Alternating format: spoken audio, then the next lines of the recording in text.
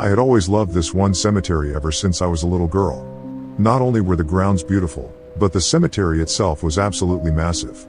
I always imagined it as a fantasy world, or a gateway to a totally different dimension where the souls of the departed could spend their time before moving on to the next life. The one thing that I loved most, however, were the birds.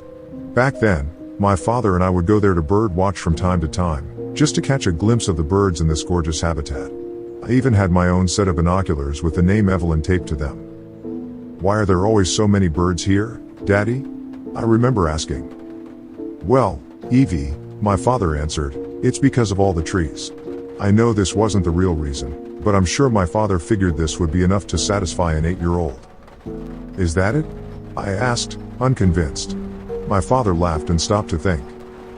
"Actually, there might be another reason," he said with a smile. "There is a man that lives here called the groundskeeper. It's his job to make sure the cemetery looks nice for everyone that comes to visit, including the birds." This answer made my imagination start to run wild. I would come up with little stories of how the groundskeeper, a man I never met, would go about his day. I pictured an old man strolling through the cemetery with a shining smile, watering flowers and feeding the birds. As I got older, I began to spend less time at the cemetery, and my stories about the groundskeeper were pushed to the back of my mind. This was, of course, until the day I actually saw him. It was 2 days after my 13th birthday, and my parents were driving me to school. We stopped at a red light right in front of the cemetery, and I proceeded to look out the window. I smiled, remembering the days I spent there when I was little. My smile quickly faded when I noticed a man sitting under one of the trees. His shaggy gray hair covered his face, and he was wearing a very dirty-looking pea coat. As the car began to move again, I looked out the back window to see if I could make out anything else before he was out of sight. Nothing. I was about to turn away when something caught my attention. I jerked my head back and saw a flock of birds gather at this man's feet. "Hey, who's that in the cemetery?" I asked my parents. My father was driving, so he told my mother to take a look. My mother turned her head to look out the passenger side window, but it was too late. "I didn't see them, sweetie," my mom replied, "but the cemetery is closed right now, Evie. There shouldn't be anyone in there." "It's probably the groundskeeper," my father said. "I'm sure he's just getting ready to open up soon." I didn't say anything. I hadn't thought about the groundskeeper in years, but I did remember how I envisioned him. This person was nothing like what I had imagined. My grandfather died from a heart attack about a month after I graduated from college. He never had any health issues, and even the doctors found it to be a freak occurrence. However, these things can happen, and my grandfather was able to live his life to the fullest, even at the age of 90. Only a few close friends and family came to his funeral. My grandfather never liked large crowds, so we actually found this to be appropriate. We arrived at the cemetery at about 4 p.m. that day. It was a beautiful fall afternoon, sunny and not too chilly. I stood next to my parents holding their hands as we listened to the priest.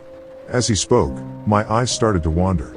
I was taking in the fall colors, when I noticed a dark figure sitting on a bench under a tree only a couple of yards away.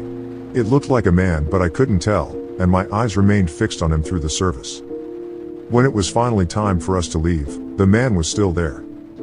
"Dad," I whispered, turning to my father, "do we know that guy?" My dad looked over to the man sitting under the tree. A couple of birds flew in and landed at the man's feet.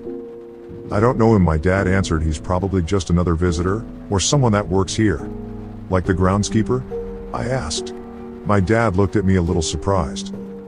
"I guess he could be," my dad said, looking back up at the man. "Looks like he's got away with birds." I looked back over to the man. There were now well over a dozen birds surrounding him. Some were perched in the tree, some stood at his feet, and some even sat next to him on the bench. Out of pure curiosity, I decided to go over and speak with the stranger. Since my family was close by, I wasn't worried about anything bad happening. "Excuse me?" I said as I approached the man. "Do you work here?" The man looked up at me. He was wearing a dark pea coat and had messy silver hair. He was young, probably in his mid to late 20s, but his complexion was off. His skin was a ghostly white, and it looked like he hadn't slept in days. "I do," he said. His voice was deep, and not at all what I was expecting. At that moment, an eerie silence fell over us. The birds had stopped chirping, and even the slight breeze had seemed to disappear completely. "Oh, okay. I was just curious," I replied, trying my best not to sound uncomfortable. "Well, nice to meet you. Have a good day." I turned around and started walking back towards my family. I could feel several sets of eyes on me as I walked back, quickening my pace. This man frightened me, but I didn't know why. I've been around sick people before, some that looked a lot worse than he did, and I never had a problem with any of them. I've also never been afraid of birds, or any animals for that matter. Even still, at that moment I could feel what I can only describe as a sense of impending doom. A few days later, I headed over to my grandfather's house to pick up a few of his belongings.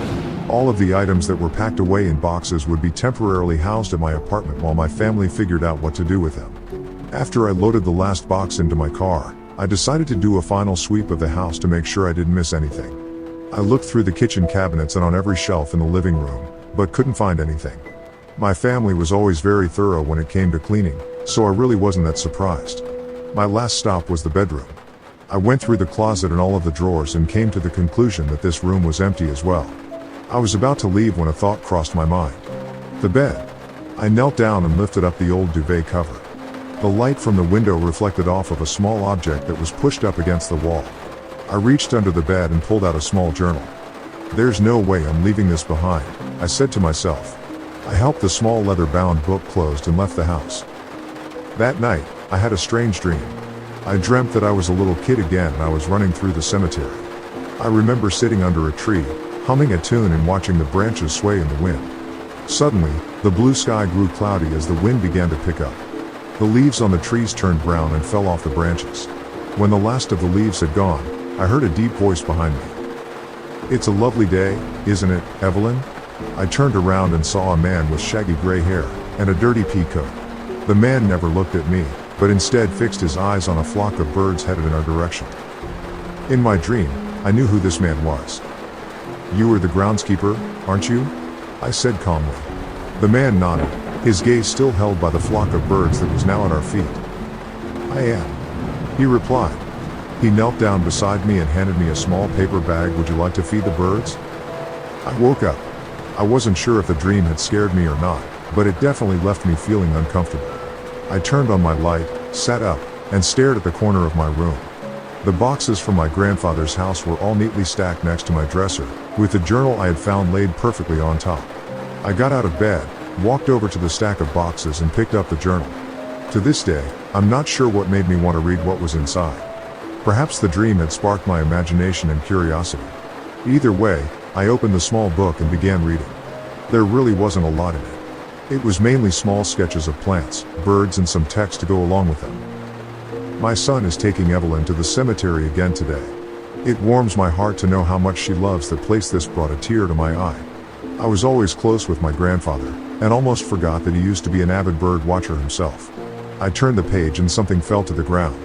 I picked it up and noticed it was an old Polaroid photo of me, my dad, and my grandfather. Upon examining it closer, however, I noticed another figure in the background. Holding the Polaroid in one hand, I read what my grandfather had wrote on the next page. A beautiful day. A shame we didn't notice the young man sitting back there. I turned the page. I had a talk with the groundskeeper today. I think that guy likes birds even more than I do. I started to feel uneasy. This sounded a lot like the man I met the other day. I turned the page again, only this time it was blank. I kept turning until I stopped at a page covered with text.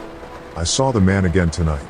This time, he was outside my bedroom window before he disappeared. There's no doubt about it anymore. It's him. I started to get frightened. My grandfather had never mentioned anything about seeing people. Why would he keep something like this from us? I continued reading. It's clear to me now. He won't leave me alone until I give myself up. I'm opening the window. I'll be food for the birds soon. I closed the journal. I had no idea what I just read, nor did I want to. I placed the journal on my nightstand and called my parents. A few weeks passed after I showed the journal to my parents. They thought it was odd and said that they would look into things, but told me not to worry too much about it. That was easier said than done, but I tried my best.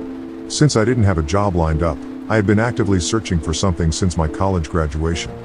One morning, I decided to check some of the local job postings to see if there was anything new. I pulled up the website on my phone and began scrolling through. Suddenly, one caught my eye. It was an assistant groundskeeper position at the cemetery. There was nothing written, other than apply in person. It didn't pay very much, but it was enough that would allow me to keep my apartment and pay my bills. On top of that, I would be able to hang around in the cemetery I had loved since I was a kid. But most appealing of all, was the fact that I would likely be working with that strange man. The groundskeeper. The one I believed my grandfather wrote about. I could have let this go, but I felt as though I needed answers. I followed the instructions and applied the following week. Today is my first day.